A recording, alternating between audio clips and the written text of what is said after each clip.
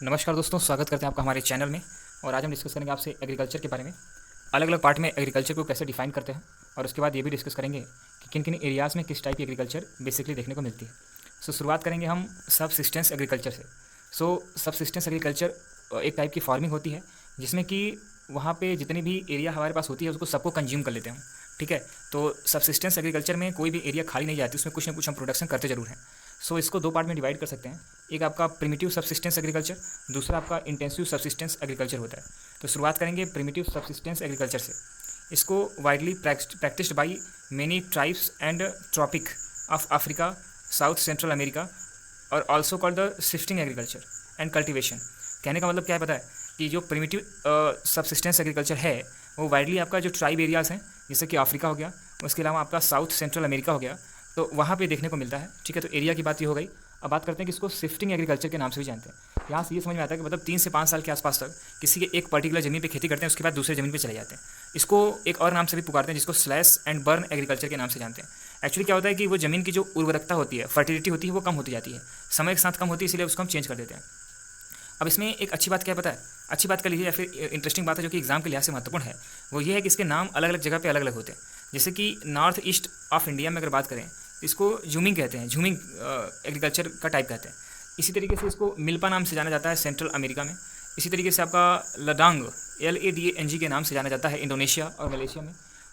ये रहा आपका फर्स्ट टाइप का एग्रीकल्चर जिसको प्रिमिटिव सबसिस्टेंस एग्रीकल्चर के नाम से जानते हैं। अब हम इंटेंसिव सबसिस्टेंस एग्रीकल्चर को बताएंगे। रीजन ऑफ मानसून एशिया, जो मानसून एशिया का रीजन है वहाँ पे आपका इंटेंसिव सबसिस्टेंस एग्रीकल्चर देखने को मिलता है। Dominated by the wet paddy rice crop. कहने का मतलब है कि राइस क्रॉप इसमें डोमिनेटिव होता है इंटेंसिव सबसिस्टेंस एग्रीकल्चर में। देखो भैया, इंटेंसिव सबसिस्टेंस एग्रीकल्चर जो है वो आपका दो टाइप का एग्रीकल्चर होगा। एक होगा आपका dominated by the wet paddy मतलब राइस क्रॉप, एक आपका होगा जिसमें राइस क्रॉप के अलावा कोई भी क्रॉप होता है। इसको कैसे क्लासीफाई करते हैं, इंटेंसिव क्यों बोला जा रहा है, क्योंकि इसमें जो किसान होता है उसके पास स्मॉल लैंड होता है, छोटी ज़मीन होती है। ठीक है, लिमिटेड मशीन यूज़, इसमें मशीन का यूज कम किया जाता है, मैनुअल काम ज़्यादा किया जाता है, जैसे बैलों से खेती करना, भैंसों से खेती करना। ठीक है, इसी तरीके से आपका मैनुअल लेबर लगते हैं इसमें, तो इसलिए इसको इंटेंसिव सबसिस्टेंस एग्रीकल्चर के नाम से जाना जाता है। अब दूसरा टाइप जो होता था उसको कहते थे कि अगर ऐसी खेती जिसमें क्रॉप अदर देन पैडी होता हो, मतलब चावल के अलावा जो क्रॉप होते हैं, वो सेकंड टाइप का इंटेंसिव एग्रीकल्चर होता है। मतलब इसमें भी लोगों के पास ज़मीन कम होती है लेकिन वो लोग चावल के अलावा भी कुछ चीज़ें उगाते हैं due to the different relief and regions climates soil. कहने का मतलब है कि अलग अलग क्षेत्र में अलग अलग क्लाइमेट की वजह से, अलग अलग मिट्टी की वजह से हम चावल तो नहीं बो सकते, तो उसमें कुछ और चीज़ें बोई जाती हैं, जैसे वीट हो गया, सोयाबीन हो गया, बार्ली हो गया। तो ये इस टाइप के एग्रीकल्चर जो है वो आपका एक्चुअली चाइना में देखने को मिलता है। ठीक है, मंचूरिया, इसी तरीके से आपका नॉर्थ कोरिया, नॉर्थ जापान, इन जगहों पे आपका इस तरह की चीज़ें देखने को मिलती हैं। ठीक है, अब बात करते हैं अगले टाइप के एग्रीकल्चर की जिसको हम प्लांटेशन एग्रीकल्चर के नाम से जानते हैं। नाम से ही क्लियर है कि प्लांटेशन किया जाता होगा, लेकिन प्लांटेशन यहाँ पे केवल पेड़ों का नहीं किया जाता। फिलहाल आप समझ सकते हो कि हाँ, बड़े पेड़ जैसे कि अमरूद का पेड़ हुआ और आम का पेड़ हुआ, तो ये भी आपका एग्रीकल्चर में आएगा। ठीक है, फार्मिंग में ही आएगा। लेकिन बात करेंगे कुछ और प्लांट्स की, जैसे introduced by the European in colonies. जैसे आप जानते हो कि यूरोपियन जितने भी कंट्रीज़ हैं, जैसे ब्रिटेन हो गया और कुछ और कंट्रीज़ हो गए, पुर्तगाली हो गए, तो ये सब लोग क्या करते थे, कॉलोनी बनाते थे अपनी। जैसे भारत भी क्या था, ब्रिटिश कॉलोनी था, तो वो लोग क्या करते थे, वहाँ पे जाकर के एग्रीकल्चर कराते। जैसे भारत को उन्होंने केवल क्या किया, कच्चे माल के लिए यूज़ किया था, तो वो इसी टाइप की प्लांटेशन कराते थे। जैसे कि वो टी, कॉफ़ी, कोकोआ, रबर हो गया, कॉटन हो गया, oil palm, sugarcane, bananas, pineapples, इस तरह की खेती करवाते थे। ठीक है, स्टार्टिंग कहाँ से हुई, आपका यूरोपियन जो कॉलोनीज बनाते थे उससे हुई। लार्ज कैपिटल रिक्वायर्ड, इसके लिए आपका देखो इसकी खासियत क्या है, खासियत कह लो या फिर इसके ड्रॉबैक्स भी कह सकते हो, क्योंकि हर आदमी प्लांटेशन एग्रीकल्चर नहीं कर सकता। जिसके पास ज़मीन कम है वो कैसे करेगा। ठीक है, तो लार्ज कैपिटल रिक्वायर्ड होती है, साइंटिफिक मेथड इसको चाहिए होता है। भैया देखो, अगर आपको पपीता की खेती करनी है, इसी तरीके से अगर आपको मैंगो की खेती करनी है, अमरूद की खेती करनी है, तो सब चीज़ों के लिए आपके लिए अलग अलग साइंटिफिक मेथड इंपॉर्टेंट होगा। सिंगल क्रॉप स्पेशलाइजेशन होना चाहिए। सीधी सी बात है कि आप जिस पर्टिकुलर फार्मिंग में काम कर रहे होगे, तो अगर प्लांटेशन कर रहे हो तो 1 साल 2 साल 3 साल आपको रुकना पड़ेगा, तो उसमें केवल सिंगल क्रॉप स्पेशलाइजेशन ही रख सकते हो। इसमें एक अच्छी चीज़ होती है कि चीप लेबर मिल जाते हैं और इसमें गुड ट्रांसपोर्टेशन भी हो जाता है। ठीक है, अब बात करते हैं कौन कौन से एरिया में किस तरह के प्लांटेशन एग्रीकल्चर है वो आपका फेमस है। तो आपका फ्रेंच की बात करें तो आपका कोकोआ एंड कॉफ़ी के लिए ज़्यादा फेमस है उसकी प्लांटेशन।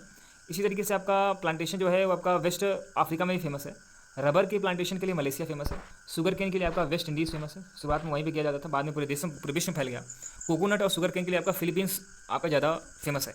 अब बात करते हैं एक्सटेंसिव कॉमर्शियल ग्रेन कल्टिवेशन की। अब देखिए यहाँ पे अगले तरह का आपका इंटेंसिव तो हो गया, अब एक्सटेंसिव कॉमर्शियल टाइप के जो ग्रेन होते हैं उनकी कल्टिवेशन कैसे होती है समझिएगा। So interior part of semi arid land of mid latitude. अगर मिड लैटिट्यूड की बात करें तो उस एरिया में आने वाले जो interior part of semi aired है, ऐसे लैंड्स में हम ढेर सारी खेती करते हैं, तो उसको कमर्शियल वे में खेती की जाती है, मतलब उसको बेचने के उद्देश्य से, ज़्यादा प्रोडक्शन के उद्देश्य से, प्रॉफिट के उद्देश्य से की जाती है। सो वीट प्रिंसिपल क्रॉप होता है यहाँ का, ठीक है, गेहूँ यहाँ पे ज़्यादा बोया जाता है इस एरिया में particular. So large size farms होते हैं, कहने का मतलब देखिए यहाँ पे अगर खेत का साइज़ बड़ा है तो ही हो पाएगा अच्छे से, इसकी एक स्पेशलाइजेशन भी होती है, यही मान सकते हो आप। लो यील्ड होता है, मतलब प्रति एकड़ के हिसाब से देखा जाए तो इसकी जो उत्पादकता होती है काफ़ी कम होती है, लेकिन अगर हाई यील्ड पर पर्सन, अगर पर पर्सन के हिसाब से देखा जाए तो हाई यील्डिंग होती है, ठीक है। ये एक्चुअली कहाँ ज़्यादा देखने को मिलता है, ये बेस्ट जो आपका डेवलपमेंट इसका हुआ है वो आपका European, stepped, Canadian and American, ठीक है। तो प्रेरिस इसको अलग अलग नाम से भी जाना जाता है, तो इसलिए पंपास आपका अर्जेंटीना में पंपाज नाम से जानते हैं, तो प्रेरिस नाम से आपको इसको अमेरिका और कनाडा में जानते हैं, ठीक है। और यूरोपियन इसको स्टेप्स नाम से जानते हैं। फिलहाल ये क्या है कि जो एक्सटेंसिव कमर्शियल ग्रेन कल्टीवेशन है, सीधा सा मतलब है कि आपके पास एक पर्टिकुलर आदमी के पास अगर ढेर सारी ज़मीन है तो एक ही खेती कर देता है, कमर्शियल वे में एक ही खेती कर देता है, ज़्यादा बवाल नहीं करता, ठीक है। अब अगले टाइप के फार्मिंग की बात करते हैं जिसका नाम है मिक्स्ड फार्मिंग। मिक्स्ड नाम से समझ में आ रहा है कि मिक्स अलग अलग प्रोडक्शन एक बार में किया जाता होगा। सो हाईली डेवलप्ड है आपका ये एरिया नॉर्थ वेस्ट यूरोप में, ईस्ट नॉर्थ अमेरिका में। इसी तरीके से अगर जो हम बात करें फार्म की साइज़ की, मतलब ज़मीन की साइज़ की, खेत की साइज़ की, तो मॉडरेट इन साइज़ होता है।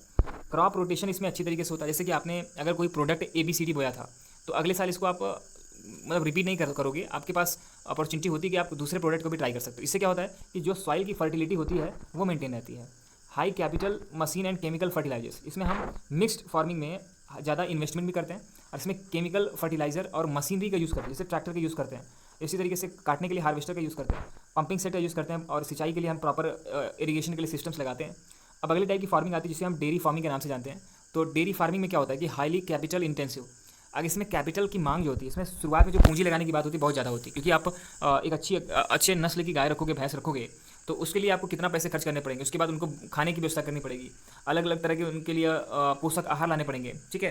तो इसलिए ये आपका हाईली कैपिटल इंटेंसिव होता है, हाई लेबर इंटेंसिव होता है, मतलब लेबर भी खूब चाहिए आपको, ठीक है। एक मतलब 8-10 आदमी तो चाहिए जो अगर आपने 10-20 गाय रखी है तो 30 गाय रखी है। So practice in the urban, ये ज़्यादातर आपका अर्बन एरियाज़ में, ग्रामीण लोग वैसे भी रखते हैं, हमारे भारत में तो लगभग हर दूसरे तीसरे घर में ग्रामीण क्षेत्रों में आपका ये होता ही होता है। सो इसके लिए देखिए ध्यान समझिएगा कि डेयरी फार्मिंग में आपने सुना होगा कि वाइट रिवोल्यूशन हमारे यहाँ आई है, श्वेत क्रांति आई थी, जिसके बाद हमारे यहाँ क्या हुआ कि दूध की कमी नहीं रही, ठीक है, दूध की नदियाँ बहने लगी। तो समझिएगा क्यों ऐसा हुआ।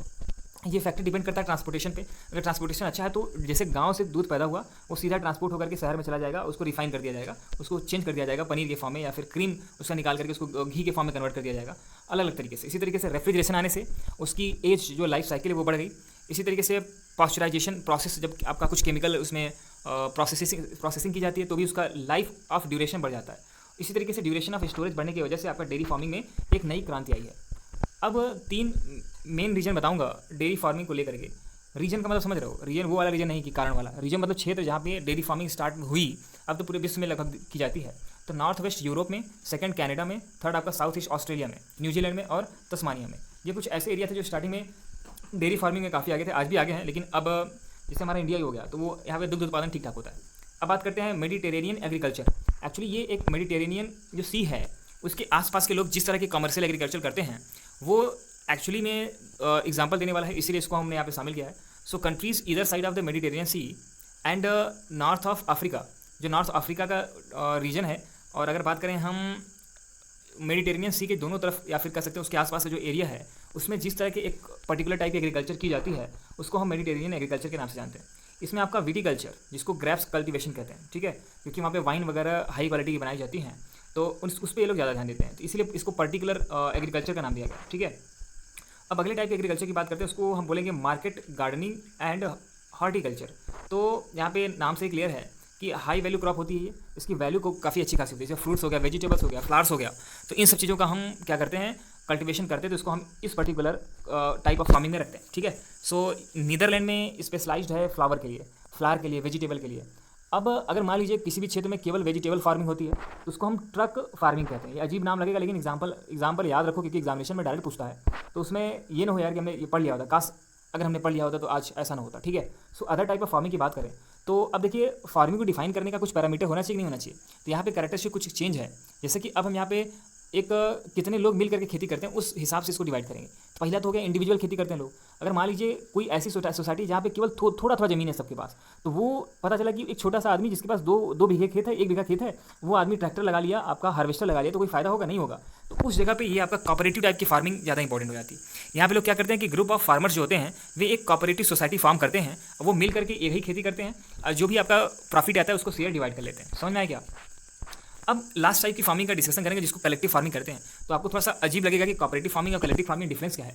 तो अब देखिए, कलेक्टिव फार्मिंग थोड़ा सा लार्ज एरिया में है पहली बात, और इसमें जो प्रोडक्शन होता है और कलेक्टिविटी होती है उसमें लेबर भी कलेक्टिव वे में काम करते हैं, मतलब जिनके जिनके खेत होते हैं वही काम कर सकते हैं, फिर उसका उनका जो डिवाइड होता है उनका प्रॉफिट उसको कर दिया जाता है। एक्चुअली ये कुछ रीजन में, पर्टिकुलर रीजन में ज़्यादा फेमस है, जैसे कि सोवियत यूनियन में फेमस है। और आपका इससे क्या होता है कि रसिया वालों ने ऐसा क्यों किया? वो चाहते थे कि बूस्ट इन एग्रीकल्चर देखने को मिले, सेल्फ सफिशिएंट बनाना चाहते हैं एग्रीकल्चर प्रोडक्ट के बेस पे। तो ये रहा टोटल आपका एग्रीकल्चर के बारे में, मैंने आपको डिटेल में चर्चा की। इसी तरह की वीडियोस देखने के लिए हमारे चैनल को आप सब्सक्राइब कर सकते हो। और अगला जो लेक्चर होने वाला मैंने यहाँ पे लिख दिया है माइनिंग, तो माइनिंग लेक्चर नेक्स्ट लेक्चर होगा। आप पढ़ते रहिए, अपनी तैयारी प्रॉपर रखिए। अगर आपको कोई भी डाउट होता है तो आप पूछ सकते हो कमेंट सेक्शन में। धन्यवाद। और आप हमारे टेलीग्राम चैनल को ज्वाइन कर सकते हो, उसमें अपने डाउट क्लियर कर सकते हो। धन्यवाद।